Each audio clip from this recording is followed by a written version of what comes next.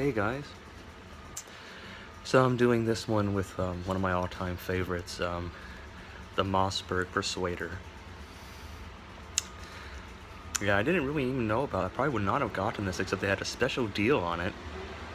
And I'm a big fan of Jack Reacher, and he has a book called The Persuader in which he introduces this weapon. I never heard of it before. And so when I saw it, I was like, wow! And now it's going to be one of my all-time faves. I mean, I have a lot. I love every one of my pieces, but it's just something about this. It's just very intuitive, and most of the others you cite, but this one you just are intuitive, and it just makes it like magic, I think what his Reacher says is like, the pump was like satin on skin, and the trigger was like the click of an icon. Yeah. But anyway, I call this Jack. And I thought it was perfectly appropriate to have it with me today while we talk about Albert Camus. And one of his, I think most people know him for the myth of Sisyphus, and it's sort of like encapsulation of a certain idea of existentialism. But I think that maybe in some ways one of his most interesting works is called The Rebel. And in this book he talks about what it means to be a rebel, the phenomenology of being a rebel, and what a rebel should and shouldn't do, and the history of rebels. And one of the things he says in this, that is what I really want to discuss, I guess, is he makes this statement. I'm sure most of you have probably heard somewhere the Descartes, I think, therefore I am. Well, Camus proposed the idea that I rebel, therefore we exist. And if you think about this, this is just, it couldn't be a more powerful statement. I don't think it's been very examined or thought about because I think it scares people in some ways, and I don't mean it in a negative way.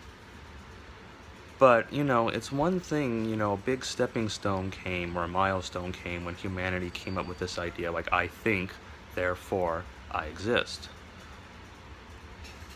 But when you say, I rebel, therefore, we exist,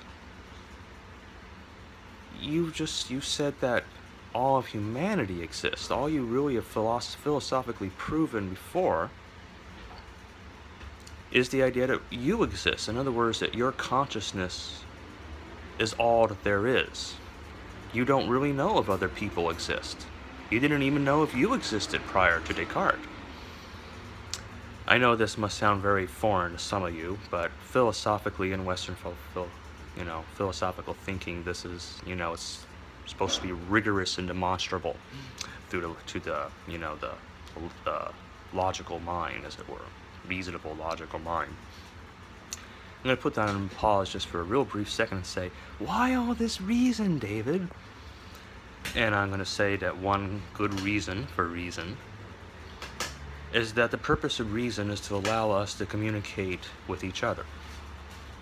Otherwise, there is no real reason for reason. But reason is what gives us a foundation that we can have predictability with each other, and we can use reason, hopefully, as one of our bases for dialogue, so we can build a life that's better for all of us, including you. That's why we use reason. I'm not saying it's the only tool for understanding our existence. It's hardly that. It's not even necessarily the best one. But it's one that we can at least try to all agree on, and that's why we have reason. Anyway, I can get into more of that some other time, but what's getting back here? So,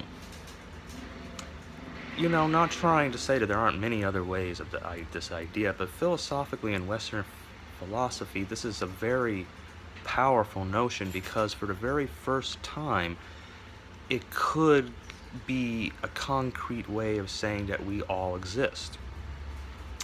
And philosophically, we haven't necessarily been able to say that before. In fact, most philosophy isn't about all of us. Most philosophy is about the pinpoint of one consciousness as it interfaces with the rest of reality and what that means.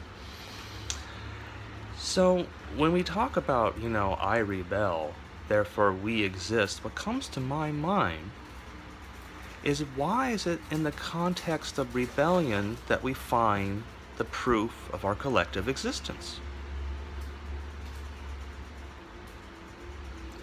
And, you know, I just, you know, really wonder about that, because does this mean that somehow our collective existence, as far as we can know it, has been on a wrong path, and so through rebellion, you know, through the desire for change or anything new to deviate from whatever path we're on that's quote-unquote wrong? I know I'm just sort of, you know, I'm just being very, you know, sloppy with these terms.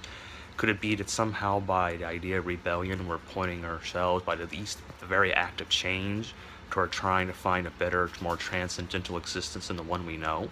And in that process, we affirm our existence? Or is it that, you know, somehow we've never managed to have a social consciousness which at the same time was just and conscientious and truly open to the individual? Is it the ultimate way of understanding the nexus between individual and society? Is every individual in rebellion against society in some way? If an individual isn't, should that individual be so? And if one truly believes in one society, is that a form of tyranny unto someone who does not?